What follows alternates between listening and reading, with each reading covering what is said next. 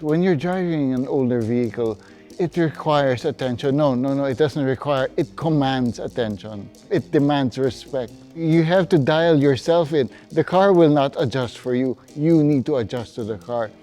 And I wish I had a soul to sell to get one of these things. But I don't think my soul is pure enough to be worth what this car is worth. So, surreal or not, it's one of the best cars I've ever driven in my life. Hi, I'm Stephen Edward Yu. I'm presently the Associate Online Editor for C Magazine. And today, I'm going to tell you a little bit about our family's involvement in the automotive industry and one of the most important products of that involvement back then.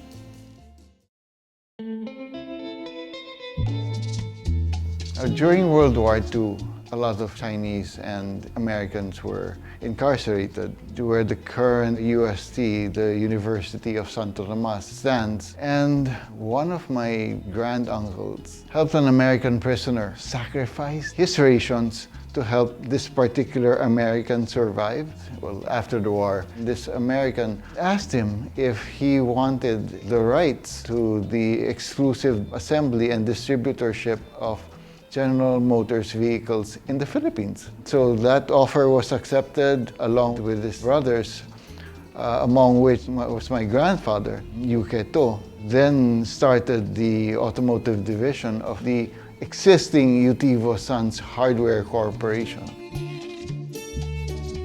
The Yutivo Sons Hardware sprouted an automotive division that catered to the local assembly of General Motors products, Pontiac, Buick, Holden, Chevrolet, among other brands.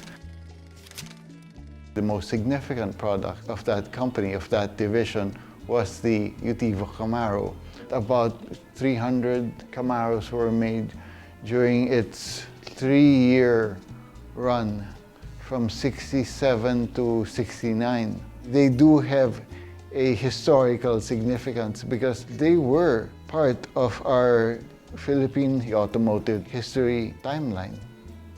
So this was quite a milestone for its time. We were the only ones that were, you could say, licensed to assemble General Motors vehicles in the country. We were the big guns in Asia.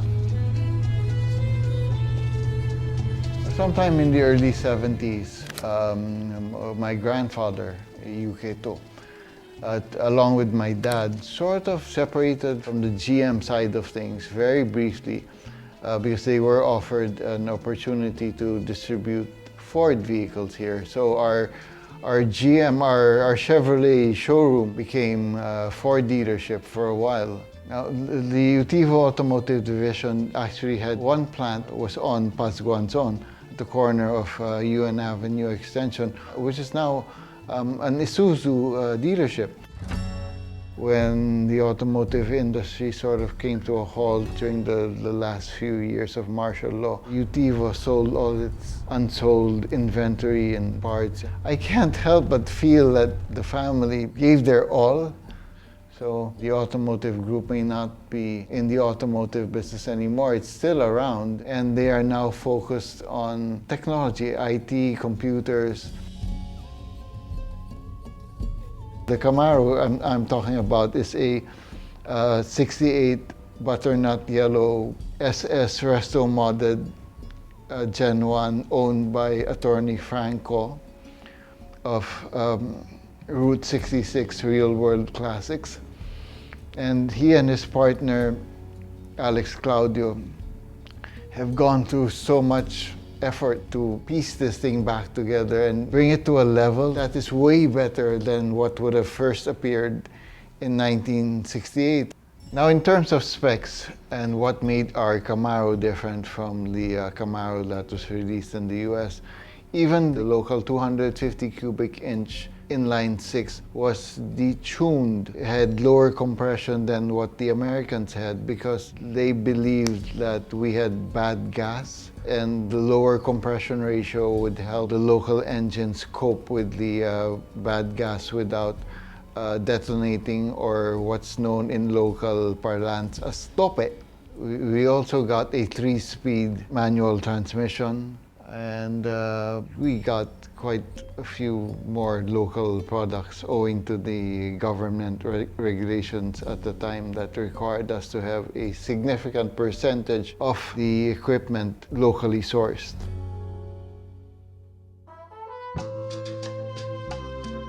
Now, end of story is today, only about 50 or so Yutivo Camaro units are accounted for all over the world.